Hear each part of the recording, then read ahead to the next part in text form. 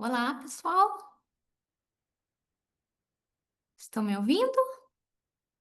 Boa tarde, sim. Oi, boa Boa tarde, tarde. sim. Que bom.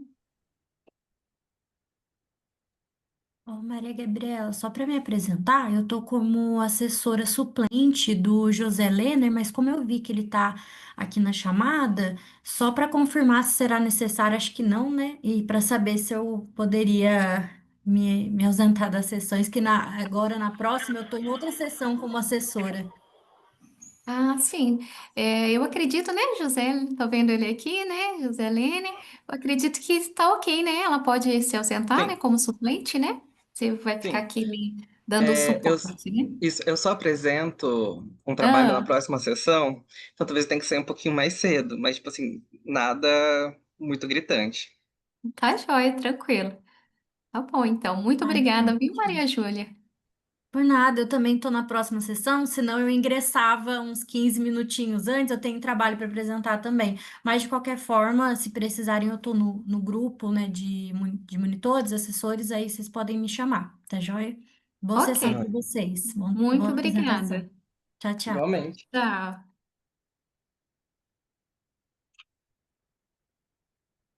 Bom, a gente começa daqui a pouquinho, mas já, né, me apresentando rapidinho para a gente só registrar aqui o nome dos presentes, né? Eu sou a professora Maria Gabriela Monteiro, logo eu já faço uma apresentação formal. Estou como moderadora nessa sessão. E eu queria registrar aqui, por favor, né, a presença de vocês. Eu vou começar aqui pela ordem. Ricardo Pinto, você apresenta qual artigo, Ricardo?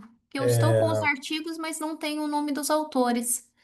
Lógica institucional e inovação no setor público, um estudo de caso no Inmetro. Ok, então, Ricardo. Márcia, tudo bem, Márcia? Tudo bem? Você apresenta qual? O áudio, por favor. Ainda não estamos ouvindo. É até bom que a gente vai fazendo o teste aí, né? Dos áudios. Boa tarde. Tudo bem, Mar? Empolgação e eu esqueci, desculpa. Imagina. Eu estou com a análise da inovação organizacional em escolas públicas da região metropolitana de Belo Horizonte, o Ah, comportamento docente em relação ao uso do diário escolar digital. ok. Márcia Andrade. O Lucas também tá por aí, né, Lucas? Daqui a pouquinho a gente já dá as instruções e tudo mais, tá, Márcia e Ricardo? Só terminando aqui, eu vejo que o Lucas também tá por aqui, né?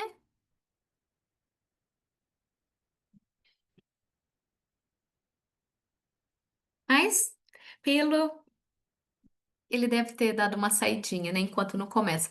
Mas pelo visto aqui ele vai apresentar inovação e empreendedorismo, né? E orientação empreendedora. Eu já vou colocar aqui. Opa, tem mais uma pessoa? Eduardo? Oi, Eduardo, boa tarde. Boa tarde. Tudo bem, Eduardo? Você vai apresentar também, Eduardo? Isso, isso. Isso, que ótimo.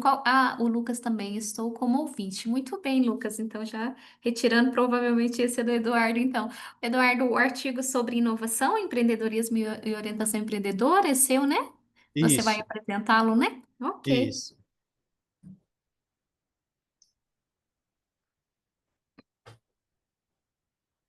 muito bem. E o último artigo, desafios, é da minha aluna, que eu vou apresentá-lo. É, faltando aqui 2 minutinhos, né, para a gente começar. Se vocês já quiserem colocar aí deixar a apresentação de vocês já preparada aí no ponto. Deixa eu até ver aqui como que faço para mudar o fundo.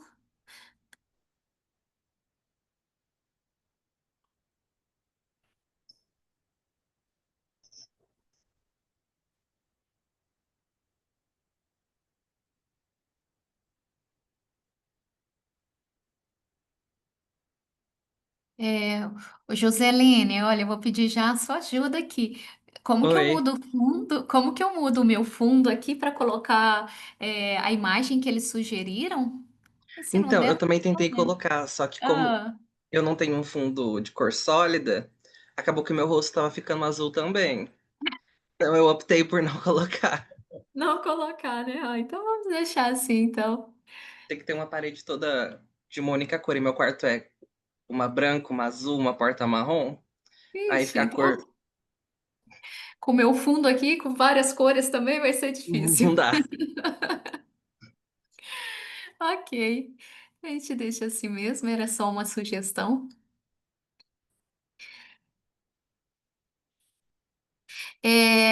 Eu tô vendo que o do Ricardo já está aqui, né, projetando, Ricardo, mas eu ia sugerir da gente começar pela ordem aquela hora eu falei ordem, né, mas é a ordem do que estava aparecendo para mim aqui na tela.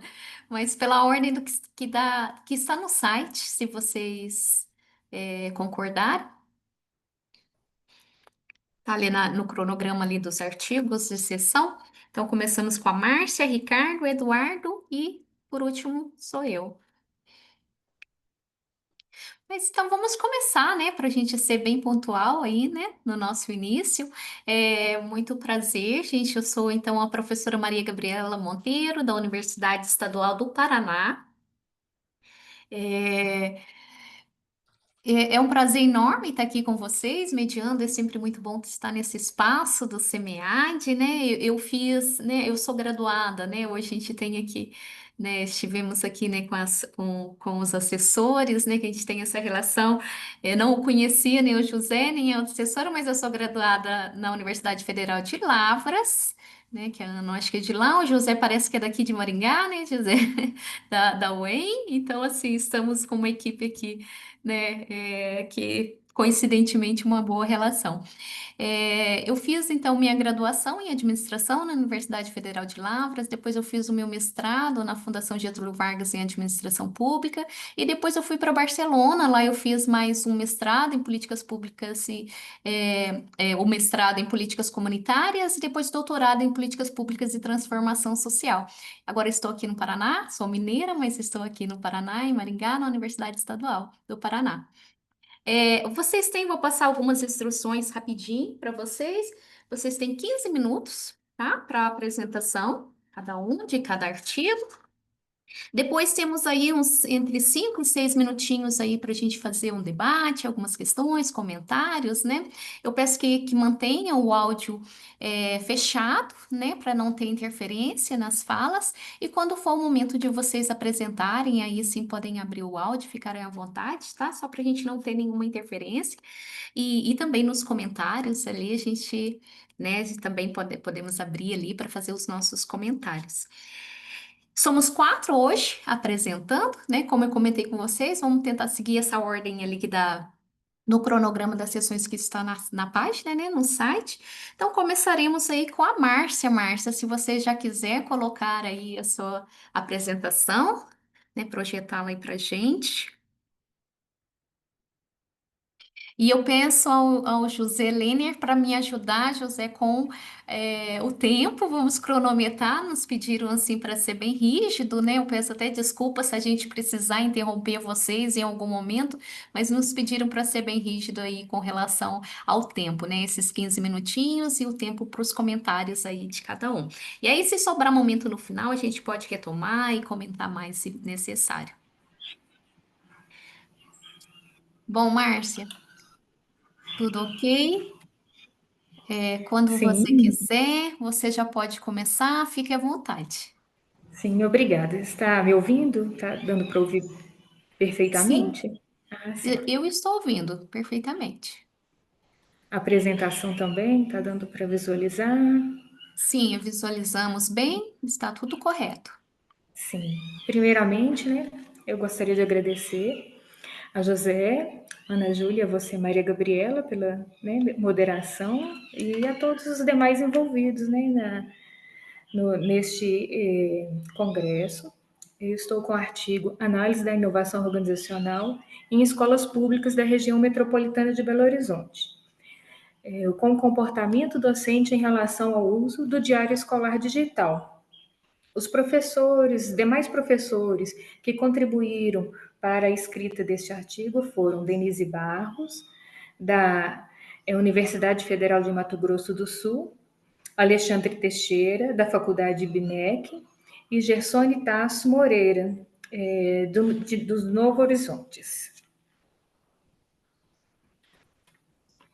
A inovação organizacional na educação possibilita à escola uma melhor adaptação e transformação para atender às demandas contemporâneas de um ensino de qualidade. Este estudo analisa a relação entre a inovação organizacional e o comportamento dos professores sobre a adoção do Diário Escolar Digital. O Diário Escolar Digital, conhecido como DED, foi desenvolvido pela Prodenge em 2017 com o objetivo de fortalecer a comunicação entre alunos, responsáveis e professores das escolas estaduais de Minas Gerais. Ele tem enfrentado problemas como a falta de infraestrutura nas escolas e a instabilidade virtual.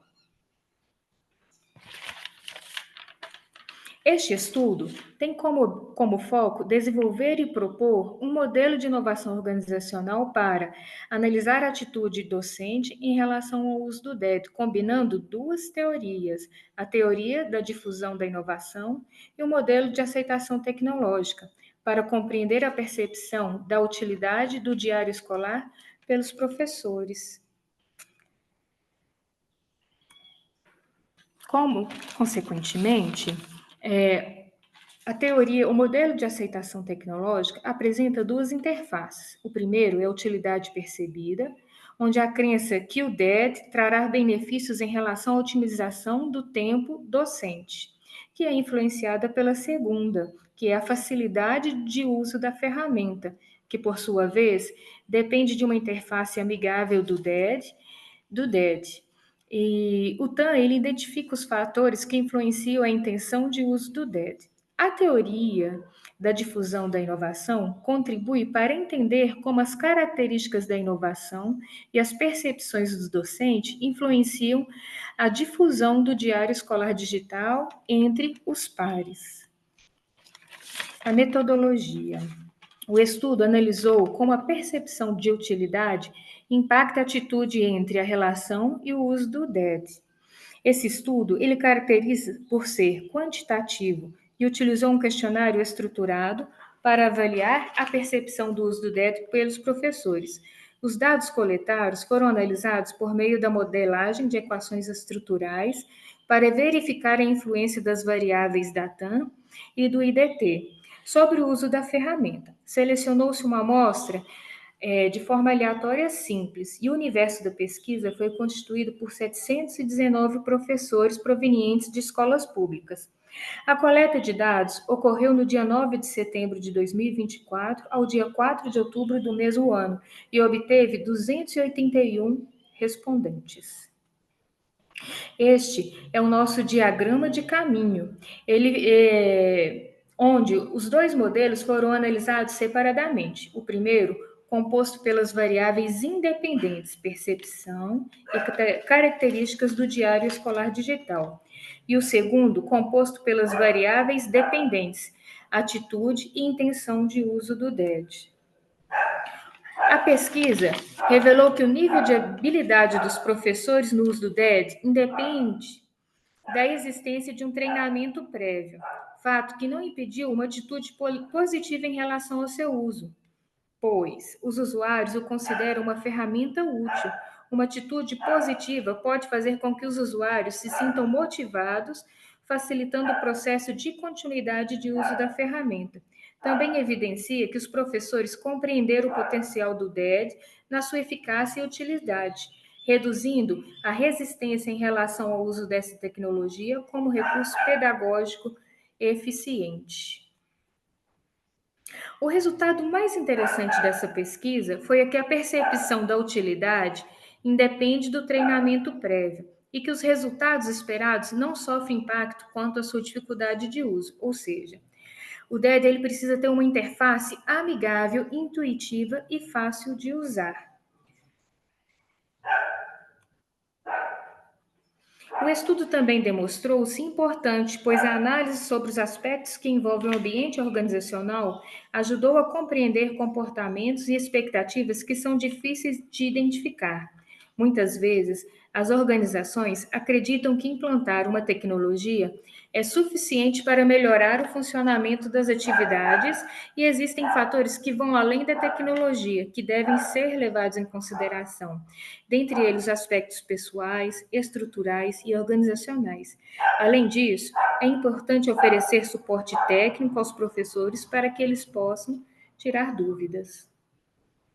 A seguir são as referências bibliográficas que foram utilizadas na escrita deste artigo.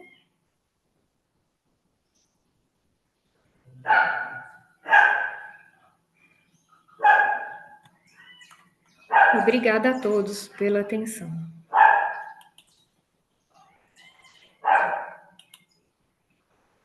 Muito obrigada, Márcia. Parabéns.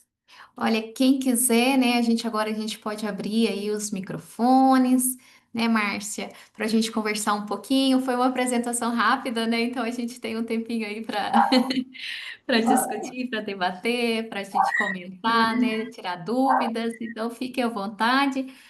Se alguém quiser começar, eu tenho aqui algumas questõezinhas também. Alguém quer começar? Eu gostaria. Você, José, né? E o José, por favor, se apresenta rapidinho para a gente, Ah, realmente. aproveitando, porque eu falei muito rápido, né? Porque eu vi que você é daqui de Maringá, tá na UEM, mas assim, só Sim. para apresentar assim, um pouquinho para a gente, já que a gente tem um tempinho aí, eu fiquei com medo da gente ultrapassar, Eu né? também estava um pouquinho ansioso por causa do tempo. Bom, meu Aham. nome é José Lerner, eu sou aluno de pós-graduação aqui na Universidade Estadual de Maringá. Eu estou na linha de estudos organizacionais e sociedade. Minha dissertação é sobre investimento em saúde, indicadores de qualidade de vida, em uma abordagem bem estatística, na verdade. Então, a minha pergunta era em relação a isso. Como o seu trabalho é... Já estou pegando um gancho. Como o meu trabalho ele é quantitativo e eu tenho uma certa afinidade com pesquisa quantitativa, na sua metodologia, você coloca que é um trabalho quantitativo, mas eu queria saber qual foi, além disso, qual foi a técnica de análise que você usou? Foi uma estatística mais descritiva? Você usou algum modelo de regressão um pouco mais refinado, vamos colocar dessa forma? Como se deu? Bom, ele foi um questionário Uhum, estruturado de 43 questões, com 281 respondentes, usando a variância de 1 a 7, né? Concordo uhum, plenamente, não concordo plenamente. sim, Ele também, na escala tipo Likert, de 1 a 7, né? Eu falei, estou um pouco, isso. assim, ansiosa, Tranquilo, tranquilo. mas nós usamos a variância PSL Péssimo. e foi amostra simples. Ah, sim, foi então mais descritivo mesmo. Uhum, sim. Entendi, então. E foi bem interessante, né, esse uso, e bem claro ali, né, a sua abordagem, essas explicações, eu gostei muito ali das hipóteses, né, como você relacionou. Mas, Márcia, obrigada, José, pelas considerações interessantes de tirar essas dúvidas, né? Eu também queria, nossa, primeiro queria te parabenizar aí pelo trabalho incrível, né? Eu sou mineira, então para mim foi um privilégio aí poder conhecer um pouquinho mais sobre a realidade do meu estado. Faz muitos anos que eu estou fora, né? Eu achei é um artigo super interessante, muito relevante aí considerando, né, a realidade atual, a complexidade das demandas, a exigência por inovação organizacional, né? A quantidade aí de dados que a gente tem hoje, né, de informações e na agilidade para responder, né, todas essas demandas e complexidades da sociedade atual. Então, assim, eu gostei também de conhecer as teorias que você utilizou, né? A escolha da teoria eu achei bem interessante, né, para fazer essa análise. E conhecer um pouco mais do diário, né? Do DED, né? Diário Escolar Digital. Ô Márcio, eu queria te perguntar, assim, ou fazer um comentário, né? Aqui no Paraná, eu vi, né, a descrição que você fez, né, toda a relação, né, os resultados que você chegou, achei importantíssimo. É uma ferramenta é muito importante, né? O diário, isso deixa claro nos resultados, até mesmo, né, pelos docentes, né, que vêm utilizando, né, eles reconhecem a importância, né, do diário. É, e eu não sei se você sabe, eu estava lendo, né, o seu trabalho, inovação, não teve como não pensar no que está acontecendo aqui no Paraná sobre a plataformização da educação, né? Então, aqui no Paraná a gente tem, né, um trabalho que está sendo feito, né, na educação, que vem sendo conhecido como a plataformização da educação. É uma das ferramentas que se utiliza é um diário de classe, né? Um registro de classe digital também, né? Eu não sei as particularidades, as relações, mas veio essa curiosidade para saber um pouco mais sobre essa questão da inovação tecnológica aí na educação e como que se tem alguma relação com o que está sendo feito aqui. Aqui, né, além do diário, se utiliza muito, se está utilizando muito também aulas gravadas online. São muitas ferramentas que estão sendo utilizadas, correção de prova, de redação, sabe, digital. Então, sistema de metas, né, os docentes precisam registrar ali, né, na plataforma constantemente, e vem sendo muito criticada. Né, né, justamente por tirar muita autonomia dos professores e tudo mais. Então, assim, pensando, eu fiquei com essa dúvida se em Minas eles também estão, para além do diário, né, eles também estão utilizando outras plataformas, assim, nesse sentido, no Estado, na educação pública, e se sim, né, como que está sendo realizado, e qual a sua opinião sobre tudo isso, né? Então, esse é um debate aqui no Paraná, né, José Helena? É um debate que está bem quente aqui, né? Então, assim, como que você vê as potencialidades aí dessa inovação, a gente reconhecendo a importância, né, da inovação, mas também os desafios que enfrenta aí toda essa questão das plataformas digitais. O que que você acha disso? Sim, a princípio, quando surgiu, foi implementado o DED aqui em Minas, ele tinha uma interface que não era muito amigável, que era muito difícil dos professores estarem usando, não tinha um suporte técnico, não tinha um treinamento prévio, né? Então, ele sofreu muitos processos de crítica.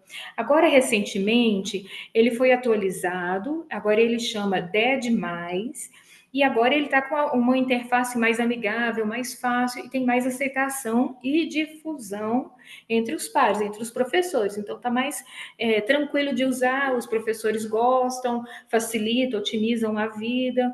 Por exemplo, tem um aplicativo que chama App Cidadão, que ele entra com a mesma senha do Gov, o aluno entra com a mesma senha do Gov e tem acesso às notas, números de faltas. Isso, assim, este é o lado positivo, né, dessa inovação organizacional aqui em Minas. Por outro lado, as avaliações que estão ocorrendo, elas engessam muito, porque aqui o ano letivo, ele é dividido em 4 bimestres, né? E todo bimestre tem uma avaliação em Minas Gerais, não só aquela do governo federal, mas tem as próprias avaliações para definir metas, se a escola está evoluindo, e ingessa muito, principalmente eu sou professora do ensino médio, ingessa muito assim, o nosso trabalho, tem um calendário muito fixo, muito rigoroso, que não dá para extrapolar muito com projetos, com atividades para além, de acordo com a realidade dos alunos. E aí vem enfrentando críticas severas quanto a isso, quanto a esses sistemas de avaliação impostos pelo governo. A gente percebe que é uma tendência mesmo aí, né? Vem seguindo aí e é, é, se pensa, é um debate aí, né? É um tema na agenda que é muito relevante para a gente discutir aí, Márcia. Eu gostei muito de você trazer E é essa parte. interessante saber que não é só Minas, né? Que isso é Não, uma não, questão aqui a gente está, nacional. é nacional, é nacional. E são ferramentas interessantes, mas às vezes, como está sendo imposta, né? Tudo isso tem levado aí o engessamento, como você falou, né? A perda de autonomia, né? E até o adoecimento aí pelas cumprimento de meta. A gente teve aqui, né, José, há pouco tempo, mês passado, uma professora que suicidou. Então, a gente está Nossa. tendo casos, Sim, assim, bem sérios aqui no Paraná com relação a essa questão da plataformização da educação, como isso, e tudo isso tenha impactado na saúde mental dos professores, sabe? Então é um isso. debate, né, que está bem caloroso por aqui. Mas, Essa assim, instabilidade que eles passam acaba afetando muito em questões de assédio moral, que acaba afetando não só a qualidade do ensino, mas também a qualidade de vida deles dentro e fora da sala de aula, né? Então, pois é. E por outro lado, a complicado. gente vê, né, o diário ali como uma ferramenta importantíssima, né? Aí já vem, tipo assim, tem, né, a gente, assim, né, essas plataformas que também vêm, né, para auxiliar muito ali. Né? Mas muito Sim. obrigada, Márcia, para a gente. Vamos passar então para o próximo, para a gente não estender muito, né, José? Acho que não dá tempo de mais pergunta, né? Vamos passar, se sobrar mais tempo, a gente revolta aí para comentar mais. Seguindo a ordem que eu tinha comentado com vocês, o próximo artigo é das lógicas institucionais. Ricardo, né, Ricardo? Ah, já está colocando aqui. Muito obrigada, Ricardo. Quando você quiser, fique à vontade, tá?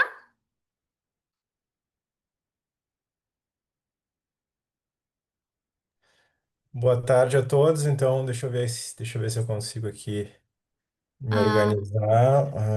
Tá. expandir a Tá tela. aparecendo? Não tá aparecendo a tela? Deixa eu ver. Tá Então, aparecendo, mas se você conseguir expandir, coloca em modo de tela apresentação, cheia. que aí ela fica cheia. Tá. Isso. Aparece agora? Ainda não. Ainda continua. A tela aparece, mas não em tela cheia.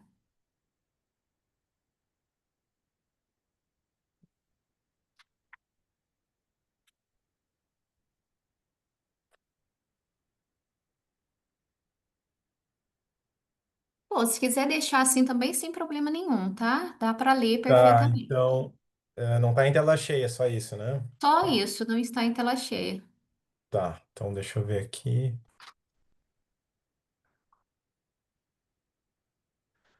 Bom, então o meu trabalho é sobre lógica institucional e inovação no setor público, né? Um estudo de caso no Inmetro.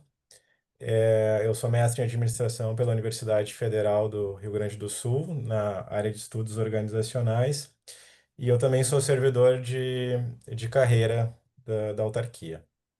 Bom, então, assim, uma apresentação do tema e do problema.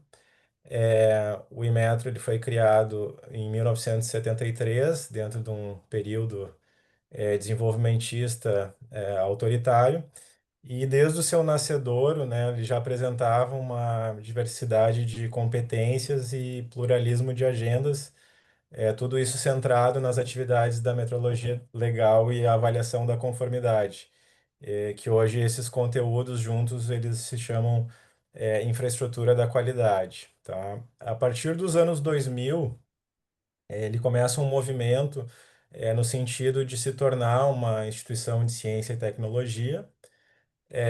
2004, né, que entra a Lei da Inovação, e a partir desse movimento vai sendo criado, né, um novo papel de agente da inovação, né, de promotor de soluções de inovação, e esse papel ele acaba de alguma maneira rivalizando com um papel original, que é o papel de regulação e de fiscalização.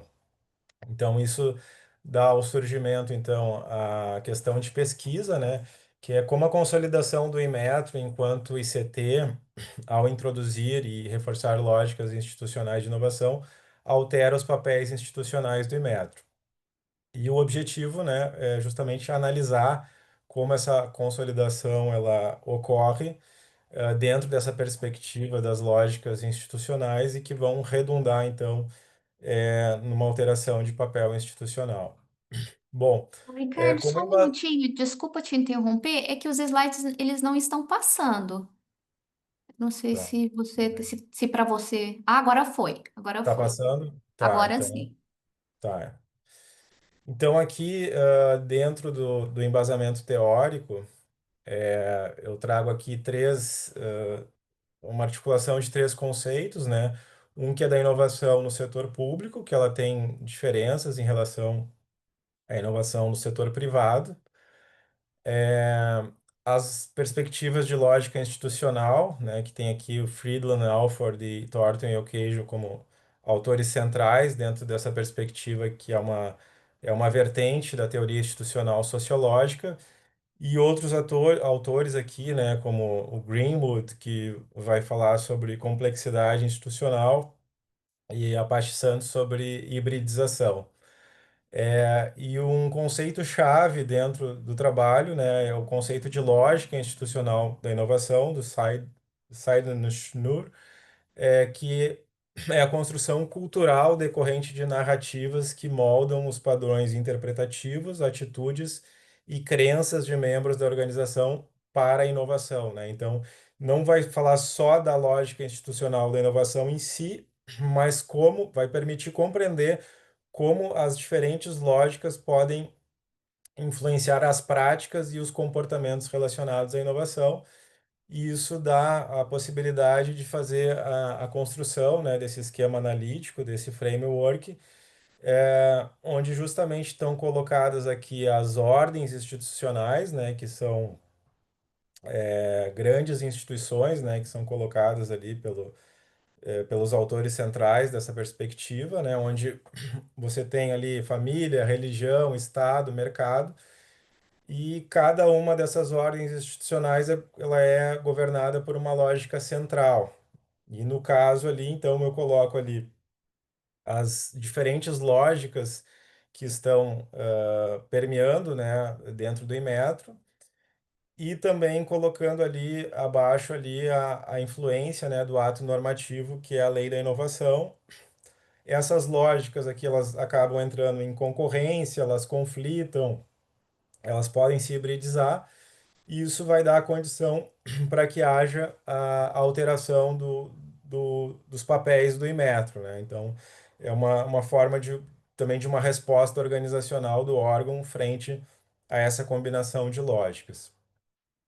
Como procedimentos metodológicos, foi então utilizado como estratégia de pesquisa um estudo de caso de natureza descritiva, de abordagem qualitativa, e as técnicas, né, para coleta de dados, então, foram feitas entrevistas semi-estruturadas em profundidade com membros do time volante do Laboratório de Inovação do Inmetro e alguns outros servidores que haviam ocupado cargos, né, de gestor, ou de dirigente, ou de assessor.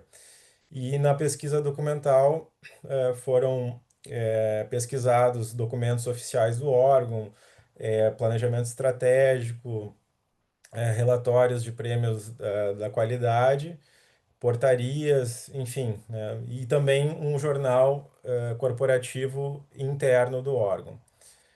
Bom, em relação a... Foi feita uma análise de dados, né, uma análise de conteúdo. Então, dessa pesquisa documental surgiram as categorias, né, e a partir dessas categorias também foram aprofundadas nas entrevistas. Bom, em relação aos resultados, né, então eu vou passar aqui, foram organizados em três temas, né? Então, o primeiro deles é a caracterização da organização e seu contexto histórico. Então, como falado ali inicialmente, é uma organização, então, que lida, né, com demandas conflitantes, competidoras, por ter uma série de segmentos onde ele acaba, enfim, tendo regulamentação, fiscalização. A criação de uma incubadora de projetos tecnológicos pode ser considerado um marco desse movimento da inovação, e também a importância que houve em relação à articulação junto a diversos órgãos e entidades, e também o alinhamento com as políticas industriais e de ciência e tecnologia que haviam na época, né? Isso tudo cria um ambiente favorável para que ascenda essa lógica institucional de inovação, né, que tem na lei da inovação uma janela de oportunidade para consolidar, para trazer esse processo de transformação institucional mais formal.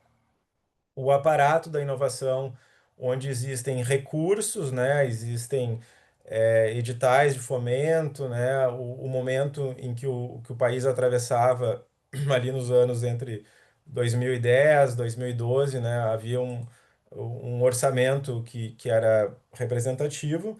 E a partir de 2015, então, dá início, né, ao contingenciamento de recursos orçamentários e financeiros. E a partir disso, né, algumas estratégias retóricas são lançadas, né, pela autogestão, no sentido de convocar o servidor a também ser corresponsável por essa racionalidade de gastos, né, da eficiência, né, do fazer mais com menos. Bom, então, em relação à transformação dos papéis do Inmetro, foram identificados 8 papéis, tá? Então, pode-se dizer que há um balanceamento de uma carteira de papéis em que um se sobrepõe aos outros conforme a tendência, conforme a conjuntura do momento. Há uma reconceitualização da lógica da inovação, muito em função do caráter polissêmico do termo da inovação, que é algo que aparece na pesquisa, e que isso vai permitir um novo enquadramento, né? Que vai colocar também a questão da redução de custos dentro de um ambiente que se torna menos favorável. E a característica híbrida da organização, né, como uma confirmação, e que isso também permite a acomodação dos diferentes conflitos que surgem em cada lógica. Bom, por fim, né, na conclusão, então, pode ser, né, identificado que a transformação organizacional do Inmetro resulta de uma tensão de uma lógica institucional da inovação desafiante e uma lógica incumbente da regulação. E o principal achado da pesquisa é a contradição fundamental que existe entre o papel de órgão regulador fiscalizador versus o de promotor de inovação e soluções tecnológicas, e isso é impulsionado pela incompatibilidade dessas lógicas que coexistem em um estado híbrido de segmentação. Então, quer dizer, elas coexistem e elas acabam uma não afetando a outra, né? Elas existem, vamos dizer assim, silenciosamente, né? Uma não afeta a outra. E sobre as implicações, né, do trabalho, eu acho que o importante aqui foi mostrar como uma organização pública ela pode fazer uma projeção da relevância de um determinado papel, de agente de inovação no caso, só que ela acaba ficando sem o controle total desses resultados esperados ou a percepção dos seus públicos referentes externos, pois justamente esse papel de agente de inovação ele acaba muito mais sendo reconhecido para dentro da organização do que para fora, né? E isso traz também uma reflexão importante, que é a questão da falta de clareza na comunicação do próprio órgão sobre os papéis efetivos, né, que ele quer que a sociedade fique ciente, né, do que ele está fazendo, da sociedade, do cidadão usuário ou das empresas, né? Então, eu acho que o trabalho trouxe também uma contribuição teórica importante, né, que foi a junção das lógicas institucionais com a inovação no setor público e que deu essa possibilidade de fazer esse framework da lógica institucional da inovação. Então, era isso meu trabalho. Peço desculpas aí pelo, pelo problema técnico, né, e fico à disposição aí.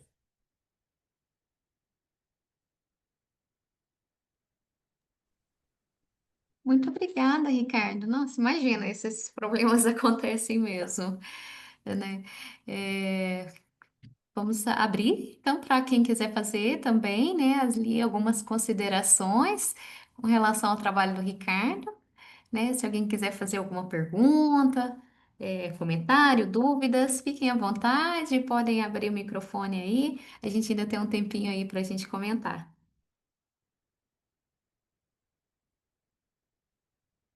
Is- Ricardo, ai, perdão. Não, tudo Você ia bem. falar alguma coisa? Não, é Pode que. começar, José, depois eu faço as minhas. Não, tudo bem. Primeiramente, parabéns pelo trabalho. Esqueci de dar parabéns para Márcia também. Parabéns pelo trabalho, Márcia. Eu esqueci na hora.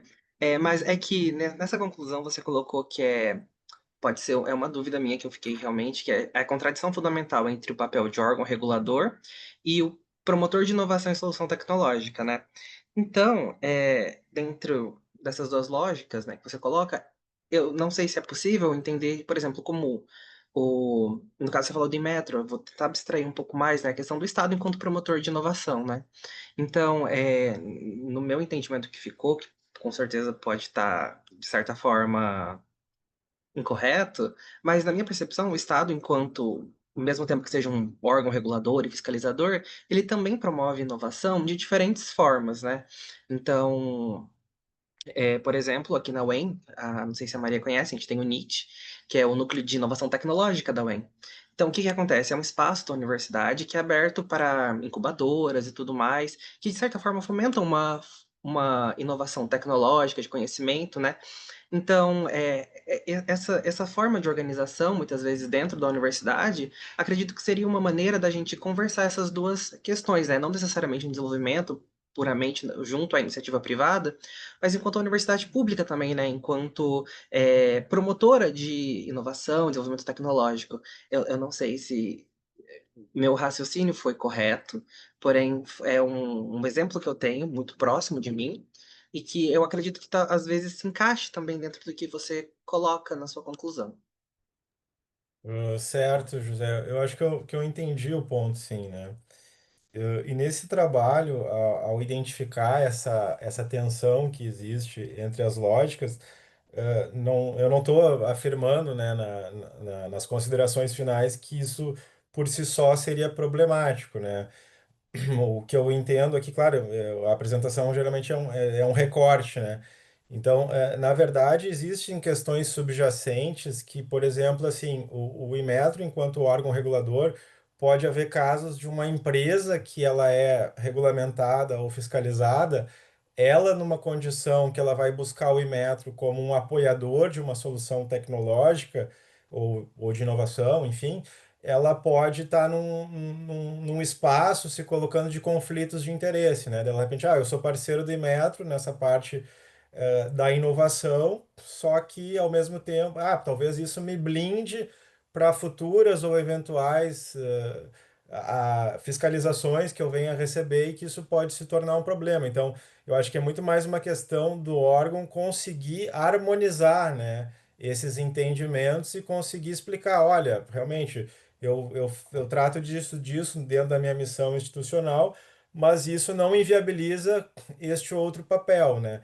E acredito que a universidade ela tem, né, as suas missões bem definidas e são missões plurais e entendo que ela também lida com um espectro bem grande, né, de públicos e beneficiários. Então, eu achei muito boa a tua reflexão, né, a tua consideração e acho que justamente pensando, né, em papéis institucionais de órgão, eu acho que seria muito mais no sentido de ver assim, ó, qual órgão que está fazendo isso e que de repente eu posso fazer isso de uma maneira diferente, mas sem comprometer outros resultados que eu já tinha isso na minha competência original. Não sei se eu consegui aí responder, José. Não, não, sim, ficou ótimo, mas nesse pontinho mesmo que me chamou a atenção, porque eu gostei muito do trabalho e da forma como você trouxe ele. Mas então, só que enquanto você apresentava, eu me recordei desse exemplo que eu tenho da universidade e eu fiquei, acho que seria interessante. Sim, bem interessante, José. Muito Obrigado. bom mesmo, muito boa relação, José. Parabéns, Ricardo, também parabenizo, também um trabalho, opa, eu tô com áudio, tô.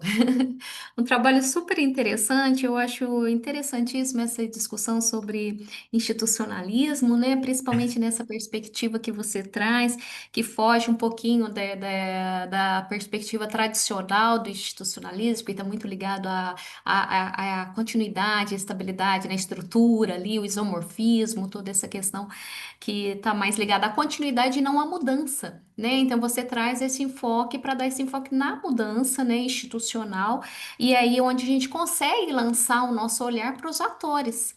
Né, dessa mudança, então achei muito legal a questão que você coloca da capacidade de agência dos atores, né, e nessa tensão ali entre estrutura e agência, né, eu acho que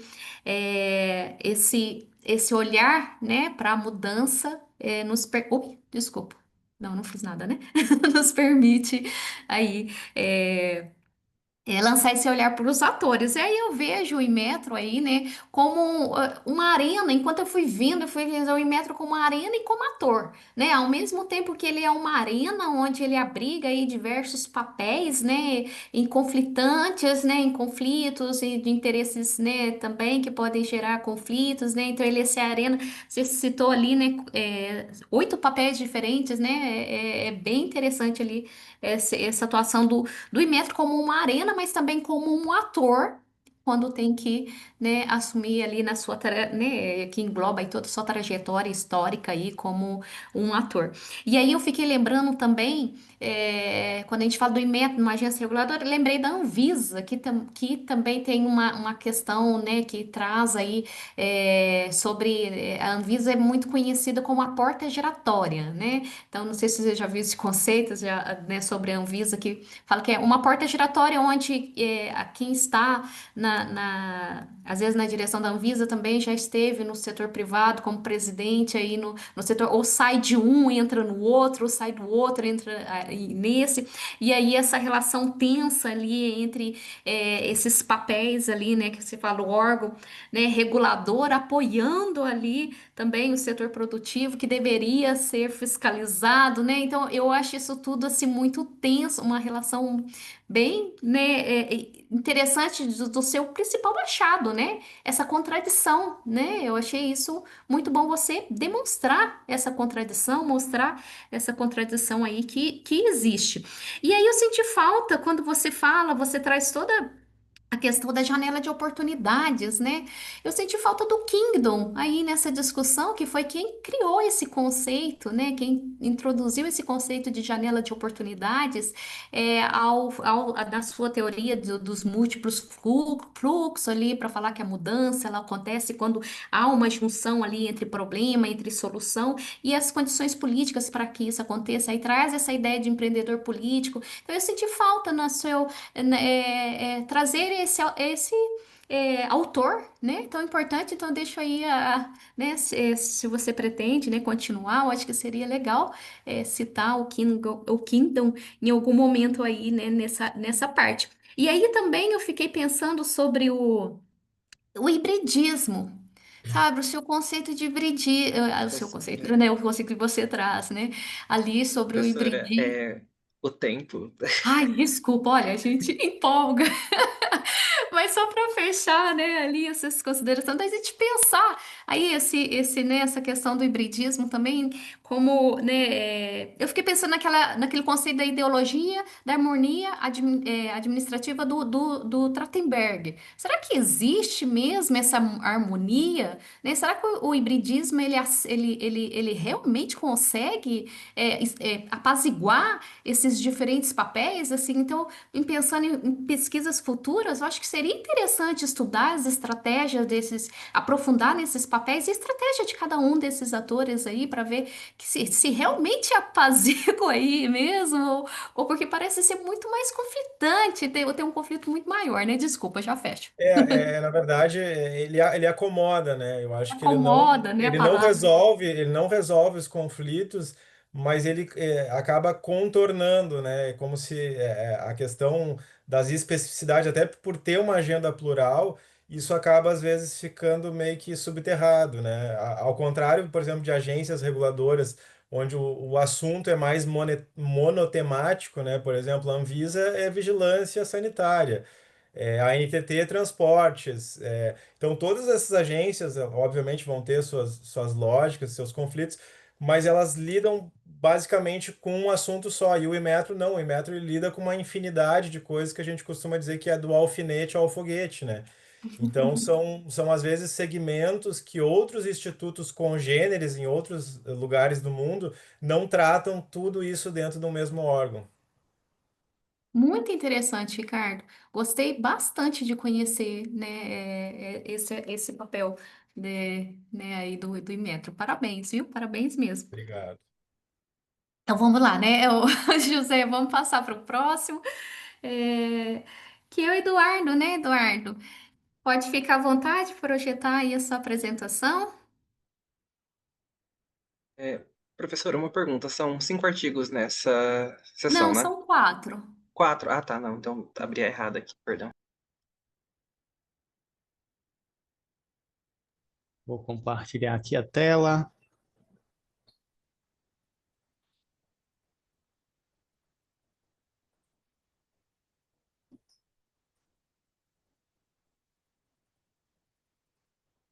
Momento de visualizar. Deixa-me achar aqui o compartilhamento. Aqui, compartilhar, achei.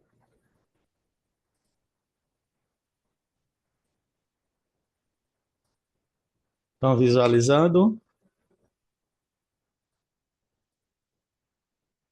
Sim. Ai, desculpa, Ok. sim. Ok, tela cheia, ok. Bem, eu sou Eduardo Galdino da Silva, mestre na Universidade de Brasília, e aqui estou como coautor desse artigo Inovação, Empreendedorismo e Orientação Empreendedora por Novas Construções Epistemológicas na Pesquisa da Administração Pública. A minha parceira de autoria, a professora Maila Costa Maroni Saraiva, minha orientadora também, eu sou doutorando na Universidade de Brasília, em Administração Pública, e esse trabalho ele é fruto do ensaio teórico, que é um dos requisitos para o doutorado em Administração Pública na Universidade de Brasília. E qual é a ideia? A ideia é fazer uma discussão teórica, e é um ensaio teórico que faz mais perguntas, eu diria, do que respostas, relacionada à ciência e à produção do conhecimento nas ciências sociais e, por conseguinte, na administração pública, e trazendo para a área da inovação, empreendedorismo e orientação empreendedora. A estrutura narrativa desse artigo, ele se divide em 6 sessões: introdução, uma digressão metafísica breve, uma discussão sobre os caminhos da modernidade e pós-modernidade nas ciências sociais, o fazer científico na administração, o contexto social multifacetado e seus reflexos na evolução dos modelos gerenciais nas organizações públicas, a pesquisa em administração pública, um retrato breve de como ele está, a partir de uma revisão breve de literatura, inovação, empreendedorismo e orientação empreendedora, e as considerações finais, onde nós trazemos algumas, digamos, conclusões relacionadas tanto a possíveis lacunas de pesquisa como uma agenda de pesquisa também. Bem, na introdução, nós trazemos os modelos gerenciais e, a partir disso, falamos sobre a crise relacionada ao modelo burocrático, a partir até da complexidade social e do que se apresenta como fenômeno social que exige da administração pública mudanças institucionais e a necessidade de novas abordagens na pesquisa para trazer novas soluções. E, por conseguinte, uma necessidade de inovação e características empreendedoras, com novos perfis para gestores públicos. E aí, e por que a gente coloca os novos perfis de gestores públicos? Porque traz a questão ao final, a necessidade de se estudar a orientação empreendedora individual, que é um campo ainda muito, digamos, inicial, ainda muito pouco explorado na administração pública. Foi colocado aqui pela professora Maria Gabriela, até no começo, que a inovação, ela, na administração pública, ainda é um fator de discussão, né? E a orientação empreendedora, e mais ainda a orientação empreendedora individual, ainda é mais discutível, eu diria assim. E aí, a partir disso, nós fazemos uma digressão metafísica e trazemos e como a ideia é fazer uma discussão realmente meio que filosófica e teórica relacionada a isso, nós trazemos as questões cosmológicas e ontológicas relacionadas à origem do universo, ignorância primordial e todas essas necessidades que trazem a necessidade da ciência. E aí trazemos esses dois, digamos assim, campos epistemológicos, a religião e ciência, apenas para fazer essa discussão e dizer o quê?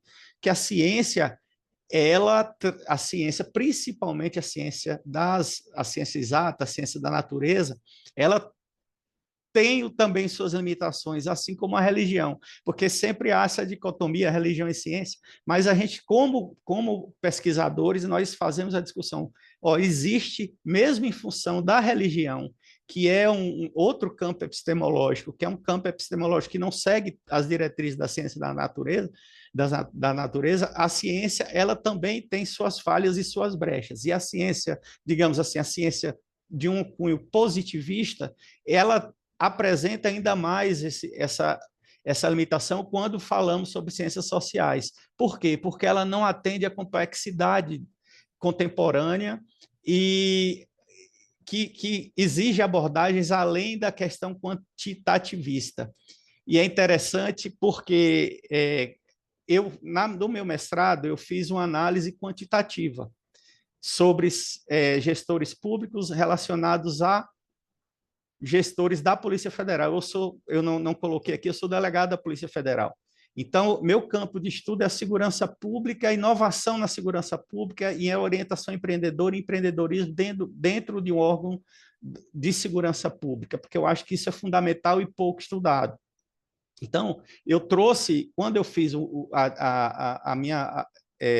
meu estudo na dissertação, foi feito uma análise com estatística descritiva, análise de componentes principais, regressão linear múltipla, e lá na frente, nas lacunas, eu disse, mas faltou alguma coisa, e faltou o qualitativo, faltou aprofundar, e isso apareceu claro, porque alguns construtos, eles não ficaram, eles não se teve a resposta, digamos assim, que complementasse todo o trabalho, e isso ficou como uma lacuna, e eu disse, eu vou avançar nisso, talvez, num doutorado, e a ideia é essa. Então, eu trago essa questão da concepção positivista, e termina sendo esse trabalho uma crítica ao meu trabalho anterior, né? Na verdade, eu digo assim, aquele trabalho ali não estava completo, porque ele seguia uma lógica que é uma lógica válida, porque é uma lógica sedimentada, a lógica de uma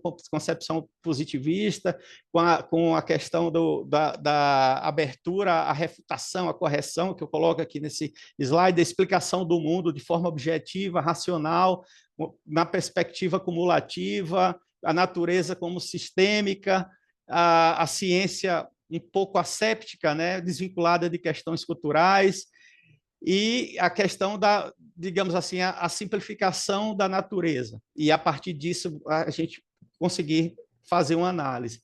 Mas eu disse, mas isso não é o ideal, digamos assim. E isso termina se refletindo nas ciências sociais. Por quê? Alguém pode falar, não, mas a ciência social ela já avançou, já existem várias pesquisas de cunho qualitativo na ciência social, que tem suas características, digamos assim, específicas, por conta da complexidade dos fenômenos sociais, da subjetividade, da questão da necessidade da razão interpretativa, da dialética, e a influência, claro, do sujeito no processo de pesquisa, do pesquisador, a fim de trabalhar essa construção do conhecimento, essas duas zonas ontológicas que elas precisam conversar, do sujeito, os seres humanos, e do objeto, a natureza. Eu trago aqui a leitura de Latour, e ele coloca bem digamos assim, essa dicotomia, mas também que eles precisam conversar e precisam se complementar. E de onde foi que, digamos assim, eu reforcei essa necessidade de trazer a discussão sobre positivismo, sobre a questão da pesquisa qualitativa e de novas abordagens epistemológicas na pesquisa da ciência social e da administração e, por conseguinte, na inovação, empreendedorismo e orientação empreendedora, por conta deste call-off paper. Nesse call-off paper, ele é da revista Organization Studies, que é uma revista, digamos assim, que tem um impacto muito grande na área de gestão e administração. E nesse call-off paper, os autores eles colocam assim, na chamada dessa edição, eles dizem que tudo bem, a pesquisa qualitativa, ela existe na ciência social, na ciência das organizações, porém, eles dividem em duas vertentes. Eles dizem que existe uma narrativa romântica e uma narrativa trágica sobre essa questão da ciência social e da pesquisa qualitativa na ciência social. E qual é a narrativa romântica? A narrativa romântica seria aquela, olha, a pesquisa qualitativa na ciência social, das organizações, ela consegue uma legitimidade, digamos assim, uma legitimidade reconhecida pela academia, reconhecida pela ciência. Por quê? Porque ela se aproxima, apesar de ser qualitativa, de métodos quantitativos. E diz que para se validar, ela precisa se validar através da aproximação da pesquisa qualitativa de métodos quantitativos. Eles falam nesse call of paper o quê? Que isso é uma narrativa romântica, né? Beleza. E a narrativa trágica é o quê? Que isso tem como consequência você abandonar algumas características que a pesquisa qualitativa ela traz, como você você suprime a parte explicativa, a parte disruptiva da pesquisa qualitativa, que é o que a pesquisa qualitativa ela pode trazer de inovação na administração, no estudo das organizações. E aí eu coloco isso como desafios epistemológicos, né? Por conta, como eu disse, a partir do que eu trago como teoria no artigo, e a partir do que desse call of paper ele traz como crítica também a esse novo desenho, novo desenho não, mas a esse desenho que existe nas ciências sociais e nos estudos organizacionais. O que é que ele coloca? A complexidade dos fenômenos demanda abordagens mais abrangentes, a necessidade de metodologias que integrem aspectos qualitativos e quantitativos na análise organizacional, que enxerga a interação entre indivíduos e o ambiente organizacionais, porque isso requer métodos mais sofisticados de investigação, a dissociação e a dicotomia, a separação entre subjetividade e objetividade, limitando a compreensão holística dos fenômenos administrativos e a demanda por abordagens que considerem a questão da dinâmica das ciências sociais, dos fenômenos sociais, e isso, como eu disse, refletindo na administração pública. E aí eu trago... Eduardo, 15 minutinhos já. Tá, já deu 15 minutinhos? Já deu 15 minutinhos? Sim, eu mas contei 13 aqui. Pode ir finalizando tranquilo, que a gente tem um tempinho aí. E aí eu trago todo esse caminho e o reflexo desse caminho dos modelos gerenciais na administração e faço a integração e a relação entre essas mudanças gerenciais, esses caminhos gerenciais, o burocrático, nova administração pública, novo serviço público e governança em rede, para dizer que isso é uma resposta ao que é colocado como complexidade dos fenômenos. E aí, adiantando um pouco, porque já estou um pouquinho... E aí eu faço essa comparação, trazendo conceitos de inovação e eficiência, e faço uma pequena revisão de literatura relacionada à orientação empreendedora.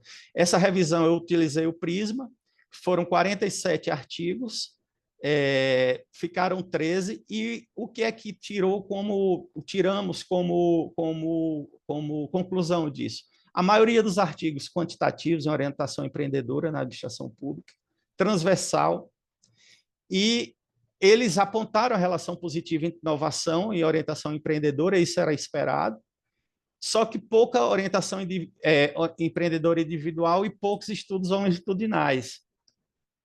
Então, isso requer o desenvolvimento de pesquisas qualitativas mais aprofundadas sobre inovação no setor público. Implementação de estudos longitudinais análise detalhada das características individuais, e aí eu vou para a orientação empreendedor individual, integração de múltiplos métodos para compreensão mais abrangente dos fenômenos. E aos desafios organizacionais, a gente coloca, por o que já foi colocado aqui, crescente complexidade das demandas sociais, a necessidade da construção do conhecimento científico mais inovador e adaptação às pressões ambientais em uma sociedade interconectada. E isso conversa com a teoria neo-institucional, conversa com a teoria crítica, com a teoria dos sistemas complexos. Então, são algumas teorias que pode-se conversar na análise e na análise qualitativa, e como eu coloco no artigo, isso não quer dizer que a análise quantitativa não tem a sua importância. Na verdade, o caminho que eu aponto seria o caminho da integração entre os dois delineamentos, qualitativo e quantitativo, através de métodos que aí de metodologias que podem atender a isso, talvez uma triangulação, fazer as metodologias se conversarem para conseguir adequar e não apenas enxergar a pesquisa qualitativa, que ela tenha confiabilidade, que ela tenha validade apenas naqueles conceitos que os métodos positivistas ou lógico-matemáticos eles aceitam. E aí traz como lacuna de pesquisa a necessidade de desenvolver linha de pesquisa sobre orientação individual em servidores públicos, a questão da relação entre orientação empreendedor individual e os modelos como nova administração pública, novo serviço público e governança em rede, a orientação empreendedora individual como impacto em processos e serviços e ambientes de discricionariedade restrita e cenários de restrição de recursos típicos da administração pública.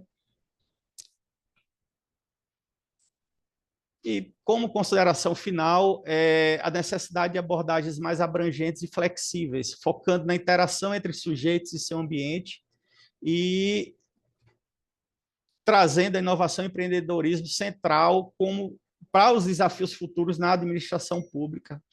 Aqui as referências da presente apresentação, que nela ela atua, Zilber, e obrigado. Desculpem. Deu 17 minutos, viu, professora? Segundo minha contagem aqui. Sem problema, a gente tá com um tempinho, Eduardo. Era só para avisar mesmo. Tá bom, parabéns. É super interessante, né? Que alguém quer fazer as considerações, um comentário, alguma. Eu Querem que gostaria eu de fazer um comece? comentário, Tá novamente. bom. Bom, Eduardo, primeiramente, parabéns pela sua apresentação. Eu achei muito interessante. Muito. E você traz toda essa questão, né, da questão lógico-matemática, que eu acredito que seja muito presente, né, dentro das ciências sociais aplicadas, especialmente no nosso campo, que é a administração, mas também na economia, na contabilidade. Então, é um paradigma que domina, né, os estudos, e eu, particularmente, que trabalho com estatística, achei muito interessante você trazer essas questões porque eu também sinto isso e compartilho desse sentimento que você trouxe, de que muitas vezes algumas variáveis que a gente coloca dentro de um modelo estatístico não representam a totalidade da complexidade da sociedade mesmo, das relações sociais que a gente tem na sociedade, e acaba deixando, muitas vezes, acaba ficando muitas vezes presas em variáveis financeiras, variáveis de um índice que é abstrato dentro de uma própria sociedade, né, como o índice de desenvolvimento humano, que ele é um índice abstrato que retrata, de certa forma, uma realidade social de um determinado local. Porém, não necessariamente é uma representação fiel dessa realidade. Então, achei muito interessante você trazer isso, é um sentimento que eu também compartilho. Mas você também não tira, né, a importância da questão de certas questões positivistas, que eu também achei interessante, eles podem servir de base para muita coisa, porém também trazer essa questão de uma pesquisa mais robusta, entender a realidade social de uma forma mais profunda, porém também dentro do micro, dentro da questão individual. Então, meu comentário é esse, achei muito interessante, gostei muito do seu trabalho e parabéns novamente. Obrigado. Como eu coloquei, posso falar, professora? Só falar rapidinho. Como eu coloquei, e conversando com a doutora Mayla, minha orientadora, assim, a ideia é que realmente a gente tente ampliar aquilo que já foi feito. Como eu disse, é meio que uma crítica que eu faço ao trabalho que foi feito. Por quê? Porque realmente é o que você falou, doutor Lerner, a gente identifica que existem algumas lacunas que simplesmente, quando você faz a análise apenas estatística ou né, apenas uma análise quantitativa, você percebe que não está tudo explicado. E aí, lendo, até fazendo só um complemento, lendo para o doutorado, né, aí a gente vai se aprofundando em determinadas situações, e aí vê que a complexidade social realmente, provavelmente a gente nunca vai conseguir abraçar, abarcar numa pesquisa científica, mas isso não tira a importância de se fazer essa análise qualitativa e também de explicar a realidade de certa forma e aquela realidade específica com a pesquisa qualitativa. E eu acho que isso tem implicações, e aí fazendo uma digressão também, tem implicações inclusive com a realidade que a gente vive hoje, que o Bauman, que é um dos autores que eu coloco como fundamento na referência do artigo, ele fala sobre a modernidade líquida e sobre as situações que, de certa forma, impactam em várias questões sociais e que, às vezes, se nós ficarmos apenas na análise quantitativa, aquela análise, digamos assim, mais asséptica, como eu usei, você não consegue explicar o que acontece. Sim, eu concordo com isso, na verdade. É porque quando a gente faz uma análise estatística que não, a gente não leva em consideração, vou entrar em termo mais técnico aqui, uma série temporal que a gente consegue observar, né, as mudanças no tempo, a gente trabalha com um recorte fixo, né? E a realidade não é fixa, a realidade ela se transforma a todo momento. Então, Exato.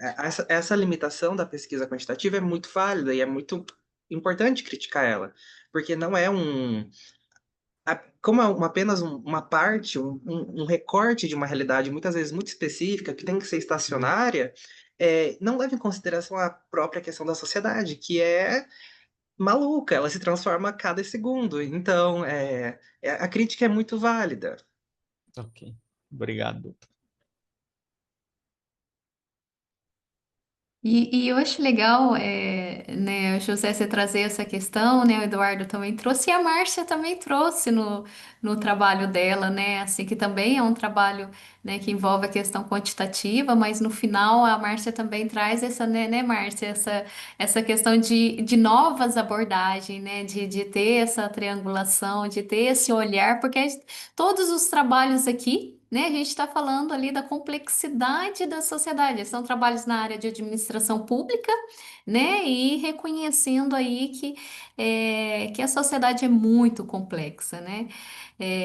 Os problemas são complexos, né? Então, por isso, as soluções também são complexas, né? Então, não dá para a gente ter esse olhar muito limitado, né? Esse olhar a gente precisa ampliar mesmo. Então, eu achei legal que todos os trabalhos eles ressaltam muito isso, né? E né, da Márcia e do José ali, né, que são da estatística também reconhecendo, né? E o Eduardo criticando também, inclusive a pesquisa qualitativa, né, Eduardo? Também você traz a crítica também, a pesquisa. Sim, sim. Parabéns, Eduardo, muito interessante o seu trabalho, né, já entrando aí. E até continuando nessa questão, quando o José estava falando, eu pensei muito também, não sei se você conhece aquele trabalho da Ana Paula Paz de Paula, que ela fala da matriz, do ciclo de matriz Sim, epistemológica. de matrizes epistemológicas, sim, Pois sim, sim. é, quando o José estava comentando essa Eu cheguei, relação. conheci após a gente ter terminado o artigo e ter submetido o artigo, e eu tive acesso ao artigo dela sobre matrizes epistemológicas.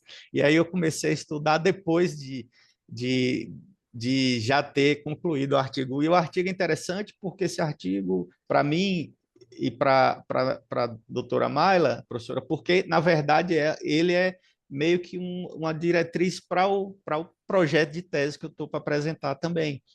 Então, ele é meio que a base para isso. Então, ele está em construção ainda, né? Está em construção. E aí eu falei, inclusive, sobre a questão da teoria de sistemas complexos, porque também eu conheci e vi que tem alguns trabalhos que na administração pública, já, inclusive artigos no Brasil que falam sobre essa questão, que é uma teoria também que às vezes é da física, traz o pessoal da antropologia, tem, mas que tenta também, de alguma forma, trabalhar todas essas questões, né? E não só a questão quantitativa, também a questão qualitativa, por conta de toda essa complexidade que a gente vive hoje. E eu acho interessante como os trabalhos se conversam, né, entre si também, porque o trabalho, né, o seu trabalho você traz essa centralidade do ator, né, o Ricardo também trouxe no trabalho dele, né, essa questão da capacidade de agência dos atores, né, Sim, então achei teoria da isso agência, sim.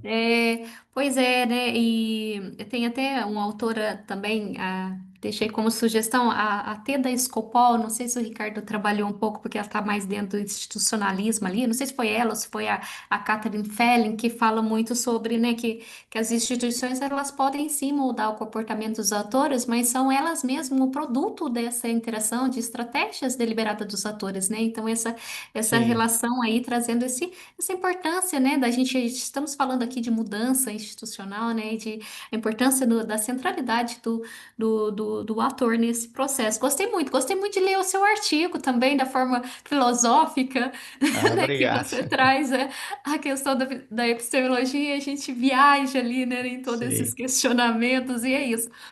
Quanto mais a gente obrigado, questiona, mais questionamentos surgem, né, ali, né? Então, bem interessante essa obrigado. questão. E só, né, assim, também uma outra sugestão que eu deixo aí para você, que o seu trabalho, quando você fala dos modelos, eu lembrei muito, eu também não posso estender o tempo, me segura aí, José. Mas eu lembrei muito também dos modelos de gestão, o trabalho do Kim Bruguer. Não sei se você conhece, é um catalão espanhol lá da Universidade de Girona e Autônoma de Barcelona também. Ele trabalha muito essa questão dos modelos de novos modelos, a necessidade de novos, de se pensar novos modelos de gestão, né? Aquele raciocínio que você trouxe ali, né? Chegando a essa conclusão dessa necessidade de se pensar. E ele fala muito, né? Ele traz uma proposta de uma administração pública relacional, né? Que tem muita relação com a governança em rede que você apresentou ali, mas ele traz uma proposta bem específica ali também, que fala muito dessa questão de que na necessidade de sair da imitação para a inovação. Né? Então, e da imitação, né, que a gente vê, a imitação do setor privado, você constatou, né, ali quanto que ainda falta de referência, né, para pensar, né, aí a inovação e a orientação empreendedora no setor público, né? Como que a gente ainda precisa avançar nisso, né? E aí a gente acaba tendo as referências do setor privado. Então ele fala dessa necessidade da gente inovar, da gente sair da imitação e ir para a inteligência, né? Ele chama essa questão da inteligência. Ele fala sair de um modelo de hierarquia para ir para um modelo de redes, de um modelo focado Sim. na autoridade para um modelo baseado na Na confiança, né? cooperação, na questão da Horiz- horizontalidade, né? Horizontalidade, então toda essa questão que você trouxe ali, eu lembrei muito do trabalho dele. Ele até esteve como palestrante, não sei, eu acho que foi no Enampad do ano passado, trazendo a questão da inovação, inovação Kim social. Bruguer, Kim Bruguer é o nome ok, dele. vou deixar, Joaquim, mas ok, ele assina nos artigos como Kim mesmo. Joaquim ok. Bruguer. E isso aí, né? Porque essa questão, os problemas são complexos, então a gente precisa de respostas complexas, precisamos aí, né, gastar tempo aí, né, com a criatividade, com a inovação e com a inteligência ali para a gente chegar a essas propostas inovadoras. Muito obrigada, viu, É, Eduardo? Muito obrigada. a professora Mayla, eu não sei se ela vai querer fazer alguma Ah, sim, já observação. que a professora está presente. Parabéns, professora, também pelo trabalho. Aí, pessoal, obrigada pelas considerações. Eu acredito que o Eduardo foi muito bem, Eduardo. Parabéns pela apresentação. Obrigado, professora. E tá tranquilo, todas as sugestões são bem-vindas, tá, pessoal? Muito bom, parabéns. Bom, agora então é a minha vez. Vou apresentar aqui rapidinho, me controla aí, tá, José? Por favor. Obrigada. Vou projetar aqui o trabalho da minha aluna. Aqui.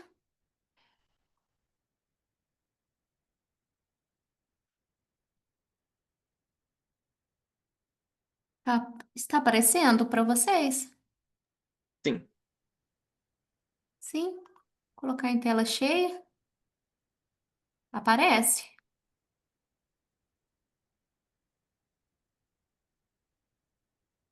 Sim, tá Coloquei. normal. Sim, normal, né? Obrigada, José. É, então, esse é um trabalho de conclusão de curso da Ashley Rodrigues, né? Que ela desenvolveu uma pesquisa que eu orientei sobre os desafios. Deixa eu só te dizer aqui, os desafios enfrentados pelo Centro de Referência de Assistência Social, o CRAS, né, para garantir o acesso aos direitos sociais.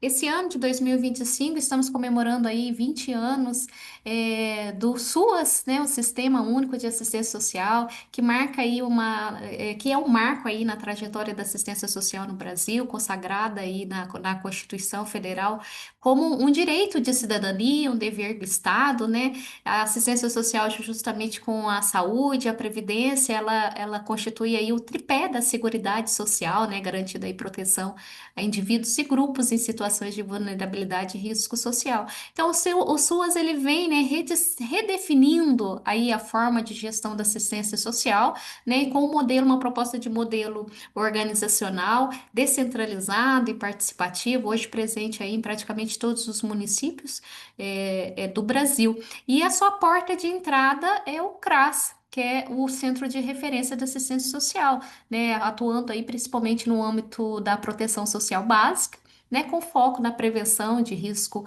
de situações de risco e no fortalecimento de vínculos familiares e comunitários, né? O CRAS, ele tem sido aí então a materialização do Estado nessas áreas mais vulneráveis. E aí considerando isso, esses 20 anos aí de suas, de avanços e desafios, né, e muita resistência também, né? Então a gente estudar o CRAS, né, o funcionamento do CRAS e os desafios enfrentados para efetivação, para sua efetivação, né, surge aí como, né, torna-se essencial aí para subsidiar estratégias de fortalecimento de políticas públicas, principalmente com foco na inclusão e da garantia dos direitos sociais. Então foi nesse sentido aí que surgiu, né, o interesse por essa pesquisa, o objetivo aí de identificar as potencialidades e desafios nas ações do CRAS, ali em um município do noroeste do estado do Paraná, para garantir o acesso aos direitos sociais aos grupos e indivíduos em situação de risco social.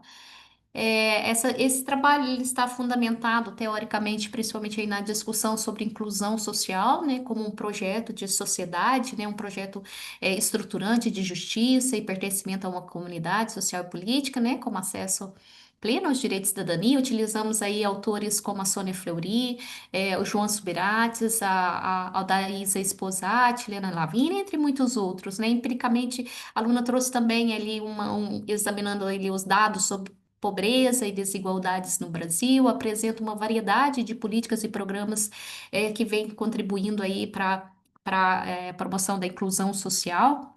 Né, e enfatiza, e por fim, enfatiza ali o papel do SUAS, do CRAS e do CadÚnico, né, o Cadastro Único dos Serviços aí do Governo Federal, né, na efetivação dos direitos sociais e no fortalecimento dos vínculos familiares e comunitários. Trata-se de uma pesquisa de natureza qualitativa, finalidade exploratória. Os dados secundários foram coletados por meio de pesquisa bibliográfica documental, dados primários pela pesquisa de campo, né, que foi realizada aí no município de 10 mil habitantes, um município pequeno, né, uma cidade pequena aqui no noroeste lá no noroeste do estado de Maringá. Estou em Maringá, né? No noroeste do estado do Paraná, mas não é aqui em Maringá.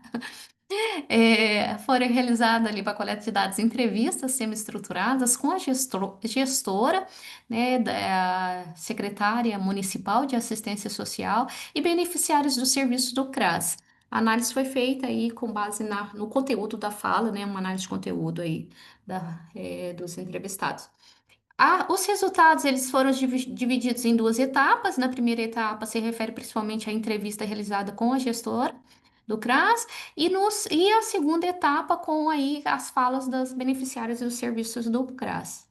que participaram da pesquisa. Na perspectiva aí da gestora, ela destaca ali, né, a complexidade da sociedade atual, né, os desafios, tudo isso que a gente vem comentando aí, né, sobre esses desafios da sociedade atual, mas destaca também ali o papel transformador do CRAS, né? Ela fala do CRAS como uma potência transformadora, assim, não só na vida dela, mas também na prática cotidiana de quem trabalha ali no CRAS e também dos beneficiários dos serviços. Quando foi realizada a pesquisa, né, constava, né, cadastrado no CadÚnico 1.400 pessoas, né, que corresponde a 14% da população, e houve também, durante todo o trabalho, um destaque muito importante para o CadÚnico, né, que é um cadastro, não só como uma base de dados, mas também como um mecanismo que dá visibilidade à população, mapeamento das necessidades, né? Importante também para trazer essa integração entre as ações, né?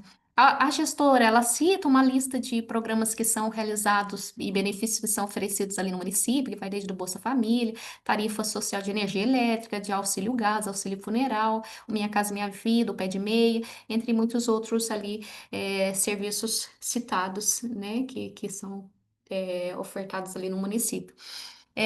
Quanto aos recursos, a gestora também fala muito sobre a insuficiência, né, de recursos que vem para assistência social. E, por outro lado, ela comentou também sobre o caráter pontual, né, de muitos recursos que vêm com finalidades específicas, que acaba não atendendo às necessidades estruturais e permanentes, né? Então, ela fala essa contradição e cada vez aumentando mais recursos muito específicos e não tendo uma valorização ali, e um recurso mais para finalidades estruturais. Ela também destaca desafios como barreiras estruturais, né, além da escassez de recursos, a burocracia, né, que atrasa muita, que prejudica muitas vezes são necessidades emergenciais, né, urgentes ali.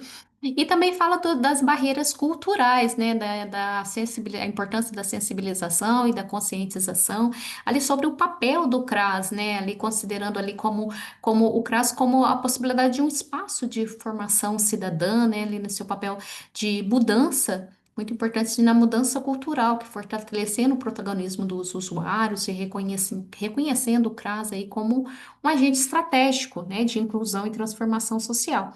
Ela cita ainda os entraves significativos, né? Com relação à articulação intersetorial, ela reconhece a importância dessa relação da intersetorialidade, né, entre os serviços públicos, né, que é um tema bastante discutido hoje, né, sobre a importância. Ela reconhece essa importância e fala sobre os desafios, entraves que ainda existem, principalmente sobre a sobrecarga que os outros serviços também apresentam, né? E apresenta algumas necessidades de melhorias, né, destacando principalmente aí a ampliação da equipe técnica e estrutura física dos equipamentos, que contribui, que compromete não só a qualidade dos serviços prestados, mas também a confiança da população com relação ao serviço. Já na perspectiva das beneficiárias do SUS que participaram da pesquisa, todas relataram ali com relação à sua experiência, do SUS, não, desculpa, gente, do CRAS, todas relataram ali com relação à sua experiência que foram bem acolhidas e que os serviços atendem às necessidades enfrentadas ali no momento. Elas citaram vários serviços que elas utilizam, desde serviços mais imediatos de necessidade básica, como auxílio gás, a cesta básica e tudo, auxílios mais específicos às pessoas com necessidades especiais e serviços de convivência, e criação de vínculo social. Quando a gente perguntou para ela, né, qual é o objetivo do CRAS na perspectiva delas, né, o que elas acham que é o objetivo do CRAS, e foi muito interessante porque elas citaram o CRAS como esse espaço de acolhimento, de orientação e apoio, né, porque elas falaram que todas as vezes que elas necessitaram, principalmente nos momentos de maior desespero, a primeira coisa que elas pensaram foi pedir, né, foi ir, né, até o CRAS. e as necessidades delas foram atendidas. Então, mostra aí essa porta de entrada, que o CRAS funcionando mesmo como essa porta de entrada aí para proteção social, né? Representando aí essa referência no acesso à proteção social e aos direitos básicos. E destacaram também como melhorias necessárias a estrutura física, né? Que a gestora também tinha reforçado muito isso, e a transparência na gestão dos recursos e da equidade na distribuição, né? Esses resultados, esse artigo, ele foi encaminhado para ali para a gestora, né, para a secretaria e, né, dando ali reforçando ali a importância dessa escuta ativa e constante ali, né, com relação também à centralidade do papel dos usuários, né, dos serviços oferecidos. Já aí nas considerações finais, né, identificamos aí como potencialidades que o CRAS ele desempenha de fato esse papel estratégico na garantia de direitos sociais e promoção da cidadania, é reconhecido mesmo e atua mesmo como uma porta de entrada para os programas, né, sociais, que os serviços eles respondem a essas múltiplas necessidades, eles, né, existem, na verdade, né, múltiplos recursos, serviços, né, oferecidos, uma diversidade de serviços, mas que não necessariamente consegue abarcar aí a complexidade da sociedade justamente por essa dificuldade da intersetorialidade, né, essa articulação entre os setores que dificulta muito em trazer, englobar essa questão que a gente tem discutido muito aí sobre a complexidade dos problemas sociais, né? E aparece também durante toda a pesquisa o papel do CadÚnico, né, que vai muito além de uma base de dados, a importância dele aí no mapeamento, né, conhecer, né, dar visibilidade a essa população e conhecer as suas necessidades e também na articulação intersetorial. Desafios, né, apresentados, né, como a gente como eu já mencionei, né, os recursos financeiros, humanos, estruturas insuficientes que comprometem a qualidade, a falta de profissionais especializados e infraestrutura precária, que limita aí a efetividade das ações, a fragilidade da articulação intersetorial e a necessidade de ampliar os mecanismos de controle social e de transparência aí para criar aí, de fato, esse espaço de formação cidadã, de transformação, reconhecendo aí o potencial do CRAS na promoção da mudança cultural, né, no fortalecimento aí na protagonismo do usuário, né, nesse papel dele como agente de inclusão e transformação social, principalmente pelo esse reconhecimento que as beneficiárias tiveram aí da função do papel do CRAS. Então, esses são é, as conclusões do trabalho que desenvolveu, aqui tem as bibliografias, é um trabalho de graduação, mas que a aluna infelizmente não pôde estar aqui para apresentar, mas se dedicou bastante a ele. Então, muito obrigada. É, não sei se eu ultrapassei, José, o meu tempo Deu aí. certinho, deu certinho. A gente fica preocupado, né? Eu falei assim, oxe, a gente Sim. controla dos outros e ultrapassa o nosso. Deixa eu voltar aqui, peraí, como é que eu faço aqui? Stop, É, pronto. Deixo aqui então aberto para as considerações, aí, dúvidas, questionamentos, a gente ainda tem mais 5 minutinhos. Aí, fique à vontade.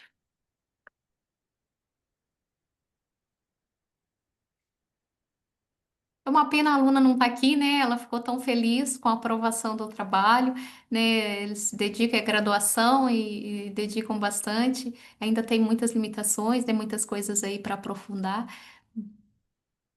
Deixa eu sim, ver aqui. mas parabéns pro trabalho, parabéns para você e para a aluna, né? Eu acredito que foi muito interessante essa questão de ver o CRAS, né? E enquanto política pública mesmo, né? Eu acredito que ele seja muito importante dentro da sociedade. E achei muito interessante essa questão das duas etapas que vocês trouxeram, né? Também trazer para a questão do indivíduo, né? Eu gosto muito de trazer essas coisas para a questão do indivíduo, né? Porque, no final de contas, é ele que é afetado diretamente por essa política pública em uma escala menor, mas também a sociedade como um todo. Porém, na escala individual, eu acho bem interessante essa visão e porque a gente consegue ter uma sensibilidade maior, né? Então, é isso, parabéns. Eu gostaria de falar um pouco mais, mas eu apresento daqui a 4 minutos, então eu também estou um pouquinho ansioso aqui. E é isso, parabéns, gostei muito. Eu gostaria de ler, né, depois o trabalho completo. E Aham. é isso. Muito obrigada, José. Nem sempre a gente tem, né, ali, eu tenho outras alunas que trabalharam bem a atuação do CRAS em outros municípios, né, como os programas de combate à pobreza, né, o CRAS como inclusão e tudo mais, e nem sempre a gente tem resultados tão bons assim do funcionamento, né, no resultado dela a gente, é um município pequeno, né, também, né, um município de 10.000 habitantes, mas a gente vê funcionando aí essa porta de entrada aí para o serviço, né, para a política de assistência social. Bom, se algum comentário mais? Eu deixei aqui o José.